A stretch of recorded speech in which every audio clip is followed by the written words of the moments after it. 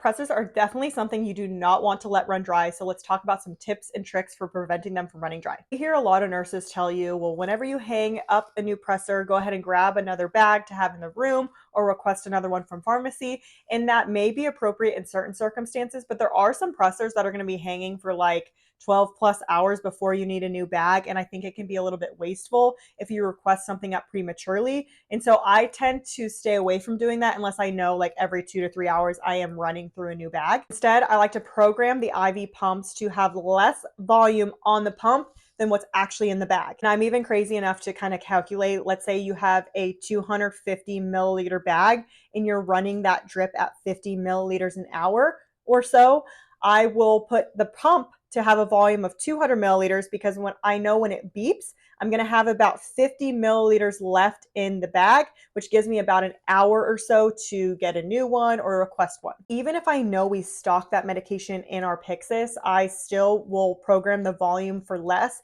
because there are times where the Pyxis runs out and you need to have that leeway of time to be able to go to another Pyxis or again, request one from pharmacy. Another thing you have to factor in is when you're priming a brand new IV line with a drip, it takes about 25 cc's from that bag to prime your drip. So you need to factor that in when you're hanging up a new bag and setting your volumes that you have about 25 less cc's in the bag now because it's all in the tubing. I also love my Apple Watch because I will set timers on my Apple Watch for certain things like requesting drips or medications or maybe like your Q1 hour sugars, whatever you need a timer for, I can easily set one on my watch, or of course you can do it on your phone as well. Remember, at the beginning of your shift, check all your IV drips, all of the rates, all of the volumes that are programmed into the pump, and compare that to the volumes that are actually in the bags. So that way, in case the nurse prior to you misprogrammed the pump, you're good to go, you've caught it, you're safe, and you're not going to run into any crazy situations.